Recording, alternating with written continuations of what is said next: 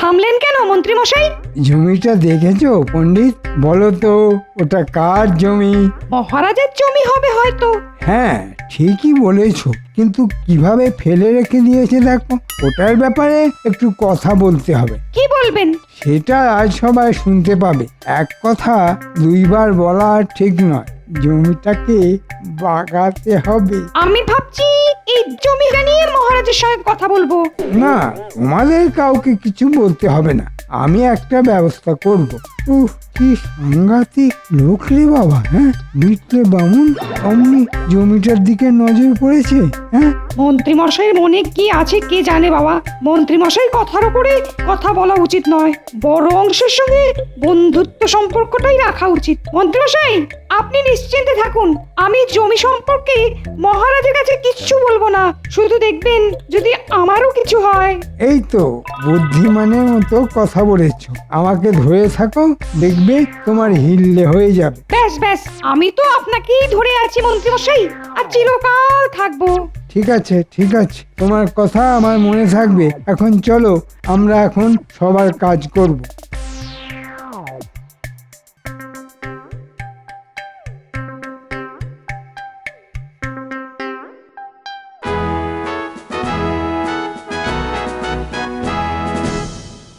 কয়েকদিন ধরে দেখছি পণ্ডিত মন্ত্রী মশাইয়ের গায়ে এঁতুলের মতো লেগে আছে। জানে না যে মন্ত্রী নিজেকে ছাড়া কাউকে ভালোবাসে না। এসো এসো মন্ত্রী।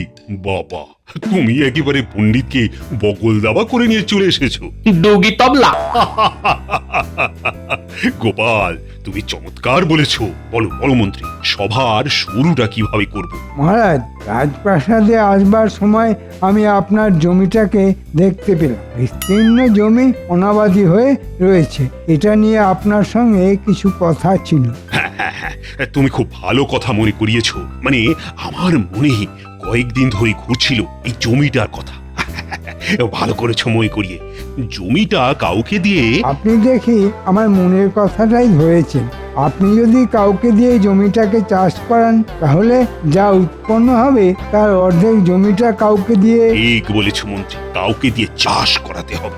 মানে আমি তো আছি। না না না না না, তোমার অনেক কাজ। চাষের জমি চাষ করানোর জন্য ও গোপাল আছে। গোপাল, তোমার কাজ হলো তুমি জমিটা চাষ করো। যা উস্কে গেল। মহারাজের এই গোপাল প্রেম আমার একদম সহ্য হয় না।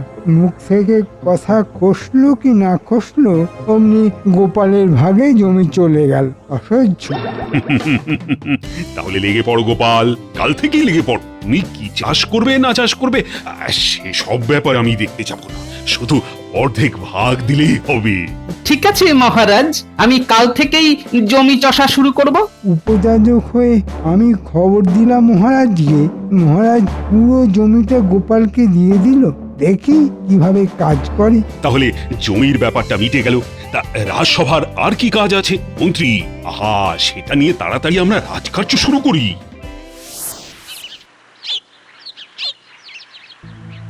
কাল থেকে কি করব বলো তো? আরে বাবা, এত চিন্তা করার কি আছে? একটা কিছু ঠিক জুটে যাবে। ওই যে কথায় আছে না, জীব দিয়েছেন যিনি, আহার দেবেন তিনি। হঠাৎ করে যে কাজটা চলে যাবে ভাবতেই পারিনি। মালিক এখন নিজে চাষ করবে, তার ছেলে এসেছে, ছেলে আর বাবা মিলে চাষ করবে। আরে ওই রকম অস্থির অস্থির করে না, শরীর খারাপ হবে। আমি তো দিন আনি দিন খাওয়া মানুষ, আমার একদিন বসে থাকা মানে সঞ্চয়ে হাত দেওয়া। রে পুঁটি, ঘরে তোর বাবা আছে রে? গোপাল দাদুর গলা না? বাবা তোমাকে খুঁজছে। আছি গোপাল দাদা, ভেতরে এসো। এসো দাদা এসো, বলো কি খবর? ওই তোমার কর্তার সাথে আমার কিছু কাজের কথা আছে। বলো বলো দাদা। খুব মন দিয়ে শোনো।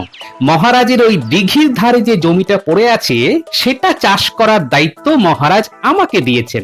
আমি ওই জমিতে চাষ করে ফলন করিয়ে দেখিয়ে দেব। এই যে মেঘ না চাইতে জল। তো আগে বাবা কাঁদছিল। ওই যে একটা কথা আছে না, যে খায় চিনি তারে জোগায় চিন্তামণি। এবার বলো তো, ওখানে কি চাষ করব? দাদা এখন তুমি সবজি চাষ করো। আরে কি সবজি চাষ করব? চাষের তো ছাই আমি কিছুই বুঝি না। ওসব তুমি আমার উপরে ছেড়ে দাও, দায়িত্ব যখন দিয়েছো অক্ষরে অক্ষরে পালন করব। এই সময় বেগুন চাষ করো, বেগুনের দাম বেশ চড়া। তবে তাই হবে। শোনো, বীজ কিনে কাল সকাল থেকেই কাজ শুরু করে দাও। এই চাষ আমি 12 মাস চালাবো, তোমার কাজের কোনো অসুবিধে হবে না। আমি আমি কাল সকাল থেকেই কাজ শুরু করে দেবো। আমি আসি গো, আসি রে পুঁটি।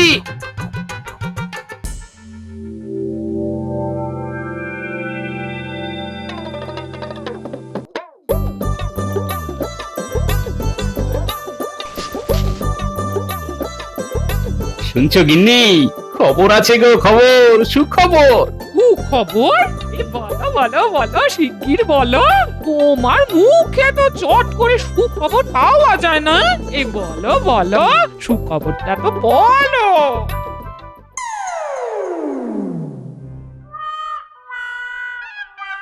কি গো, কি হলো? মুখটা এরকম পেঁচার মতো করে রেখেছো কেন?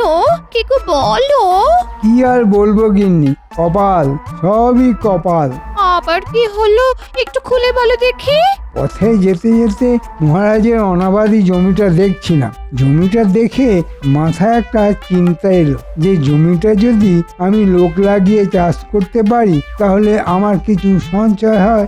মনের কথা মহারাজকে বললাম, ব্যাস মহারাজ গোপালকে দিয়ে দিল জমিটা। ওই যে চওড়া কপাল নিয়ে জন্মেছে, কি আর করবে, ওই মন্ত্রী হয়ে থাকো।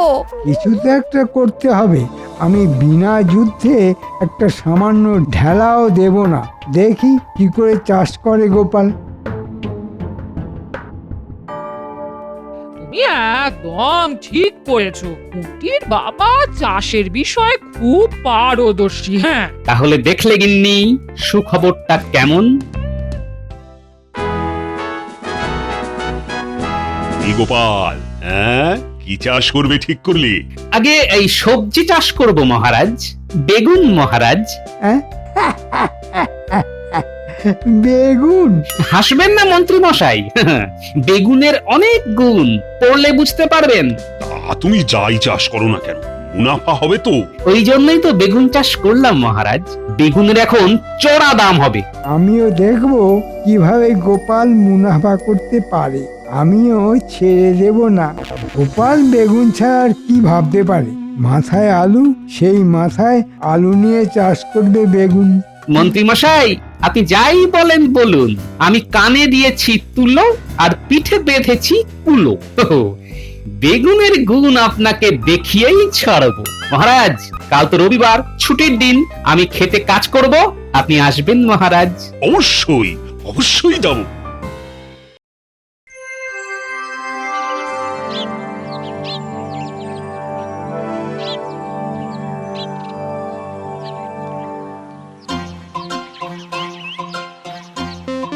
বাহ বাহ বাবা, তুমি তো দেখছি করিতকর্মা লোকে, একদিনে জমিটা একেবারে ঠিকঠাক করে রেখেছো। গোপাল দাদা, তুমি একটা কাজ দিয়েছো, এই অসময়ে আমাকে ঠিকঠাক করে কাজটা করে রাখতে হবে না? আজ মহারাজ দেখতে আসবেন কিরকম কাজ হচ্ছে। মহারাজ খুব খুশি হবেন, দেখো গোপাল দাদু। মহারাজ যে খুশি হবেন সেটা জানি বুঝলে, কিন্তু তার সাথে সাথে একজন যে প্রচন্ড জ্বলবে সেটাও জানি। কে চলবে গোপাল দাদু? কে আবার? মন্ত্রী মশাই। আমার সৌভাগ্যে তো একজনই জ্বলে। গোপাল দাদু, ওই দেখো মহারাজ আর মন্ত্রী মশাই আমাদের দিকেই আসছে, সাথে আবার পণ্ডিত মশাইও আছে। এইবার মন্ত্রী মশাইয়ের জ্বলুনি শুরু। বাবা বাবা গোপাল, তুমি তো একদিনে জমিটা দারুণ ভালো একটা ব্যবস্থা করে রেখেছো। মহারাজ, চারা লাগানো শেষ হয়ে গেছে, এবার রোজ যত্ন আত্তি করতে হবে, পরে ফলন হবে। আর এ সবই হয়েছে মহারাজ এই পুঁটির বাবার জন্য। ঠিক লোককে ঠিক জায়গায় বসানোর জন্যই তোমাকে এত ভালোবাসি আমি। আজ ওই জমিটা আমার হতো, হ্যাঁ? আমার বাড়া ভাতে ছাই দেবার জন্য গোপাল সব সময় প্রস্তুত। কি মন্ত্রী মশাই, কি ভাবছেন? কি আর ভাববে, দেখছে তুমি কত সুন্দরভাবে জমিটাকে চাষযোগ্য করেছো। কি বলো মন্ত্রী, হ্যাঁ? গোপালের কাজ সত্যি প্রশংসার দাবি রাখে। হ্যাঁ, আপনি ঠিকই বলেছেন, তবে এর থেকেও ভালো করা যেত। তুমি থামো তো, কাউকে মন খুলে প্রশংসা করতে তো দেখি খালি আমাশা রুগীর মতো কতিয়ে কতিয়ে প্রশংসা করো। আরে মন খুলে প্রশংসা করো, দরাজ গলায় প্রশংসা করো। এ আমার একার কাজ নয়, আর এ আমার দ্বারা হতোই না। এ সবই করেছে ওই পুটির বাবা, তাই যাবতীয় প্রশংসা পুটির বাবারই প্রাপ্য। না, একটা কিছু ব্যবস্থা করতেই হবে। রাতে এসে চারাগুলোকে ঘেঁটে দিতে হবে, আর আমাকে এই কাজে সাহায্য করবে বটা ঘটা। মহারাজ, আমি এবার ঘরের দিকে যাই, মধ্যাহ্ন ভোজের সময় হয়ে গেছে। সে কি মন্ত্রী, আমাকে একা রেখে তুমি চলে যাচ্ছ কোথায়? আমাকে রাজসভায় পৌঁছে তারপর তুমি মধ্যাহ্ন ভোজন করতে যাবে। যথাজ্ঞা মহারাজ।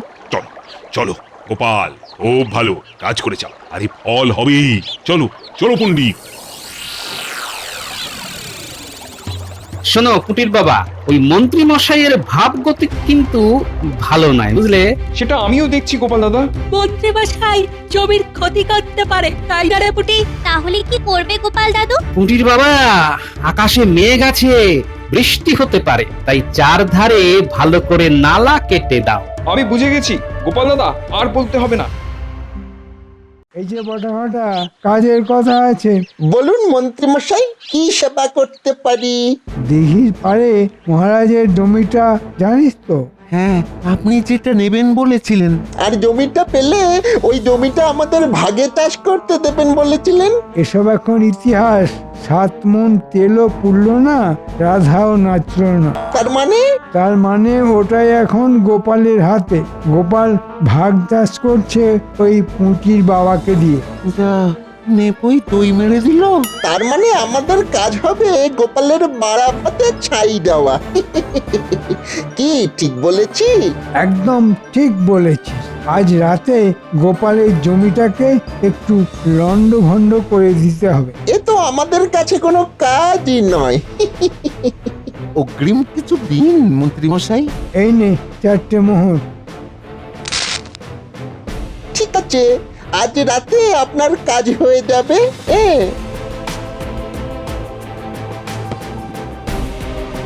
বাহ, বেশ ভালো নালা কাটা হয়েছে। এবার ভালো করে কাটা ঝোপ চারধারে দিয়ে দাও। গোপাল দাদু, তুমি কাদের আশা করছো? বটা আর ঘটা মন্ত্রী মশাইয়ের বিশ্বস্ত লোক। আকাশে মেঘ করেছে, বৃষ্টি আসবে, আর অন্ধকারে বটা ঘটা এলে নালায় বসে কাদামাটি মাখবে। চল রে সবাই।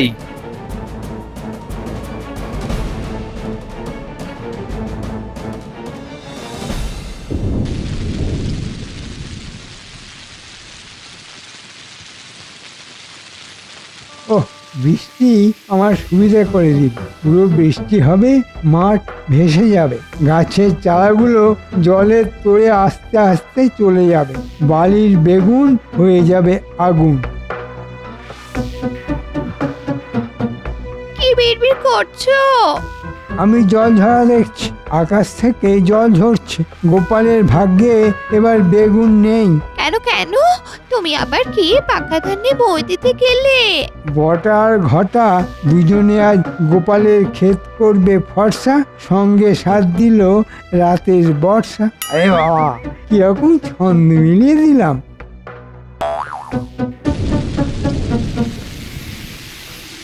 কি গো, এত বৃষ্টি পড়ছে, গাছের ছাড়া আর ক্ষতি হবে না? না না গিন্নি, সেদিকে আমি সদা সতর্ক আছি। জমির চারপাশে নালা কেটে রেখেছি, নালা দিয়ে সব জল বেরিয়ে যাবে। আর যদি বাড়তি কেউ আসে, ওই নালার মধ্যে গাদাগাদি করে পড়ে থাকবে। বর্ষার মধ্যে আবার কে আসবে? সে আছে গিন্নি, আসার লোক অনেক আছে। না না না, অনেক বলবো না, ওই 2টো লোক আছে, তারা এতক্ষণে এসেও গেছে। আর নালার মধ্যে গাদাগাদি করে পড়েও আছে গিন্নি। তুমি কি যে আজে বাজে বকছো কে জানে। গো, শরীর খারাপ টারাপ হয়নি তো? গিন্নি, গোপালের ক্ষতি করার জন্য লোক এখানে আছে, তিনি আমার এই সব সহ্য করবেন কেন? ও, তার মানে ওই মন্ত্রী মশাই? তাছাড়া আর কি, 2 এ 2 যদি 4 হয়, আমার জমিতে আজকে রাতে বটা এবং ঘটা আছে, এবং ওরা দুজনে নালার মধ্যে পড়ে গেছে ইতিমধ্যে। এই দেখ কি জ্বালায় পড়লাম। এই মুষলধার বৃষ্টি পড়ছে, অন্ধকারে কিচ্ছু দেখতে পাচ্ছি না। জমির কাছে এসে গেছি। এবার জমির মধ্যে ঢুকে গাছগুলোকে ছিঁড়ে দে। বৃষ্টি এসে আমাদের সুবিধাই করেছে জানিস।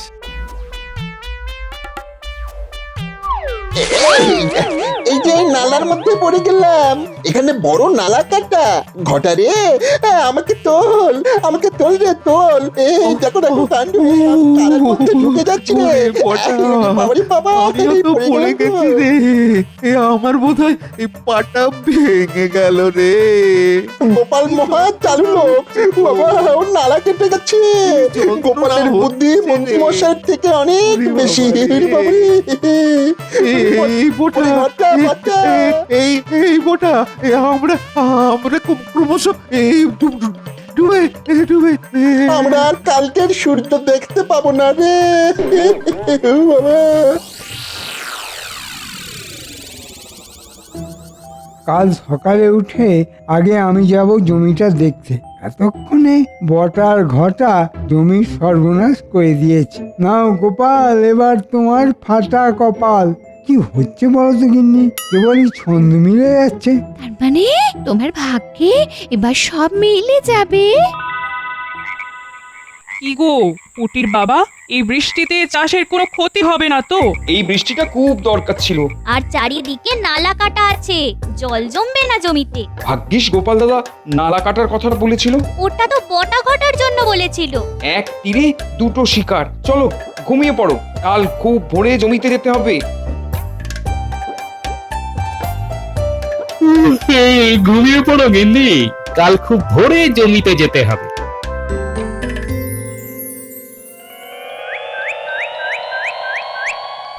ঘটারে, জীবনে আর কারো ক্ষতি করতে যাব না।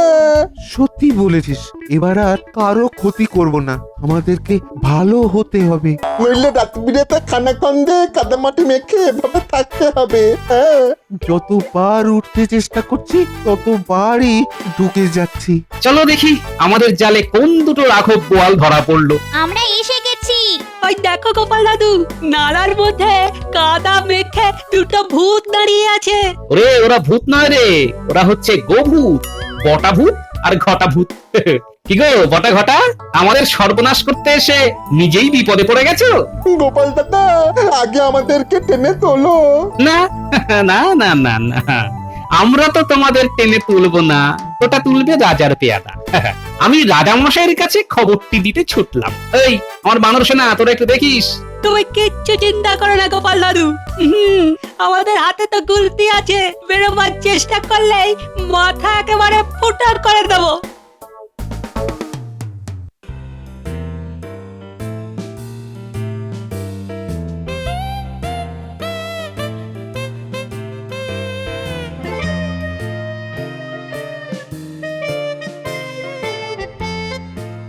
কি গোপাল, এত সকালে ছুটতে ছুটতে আমার এখানে? মহারাজ, মহারাজ একবার চলুন পেয়াদা নিয়ে।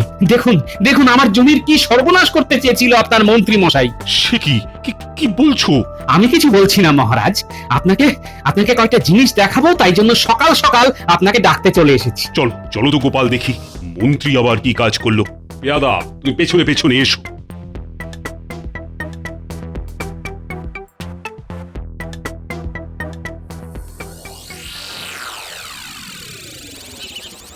তাড়াতাড়ি যাওয়ার কথা ছিল। গিন্নি, তুমি আমার ঘুমটা ভাঙালে না কেন? হ্যাঁ, আমার নিজেরই ঘুম ভাঙেনি। সারা রাত্রি তোমার নাক ডাকা শুনতে শুনতে আমার ঘুম কোথায় হয়েছে।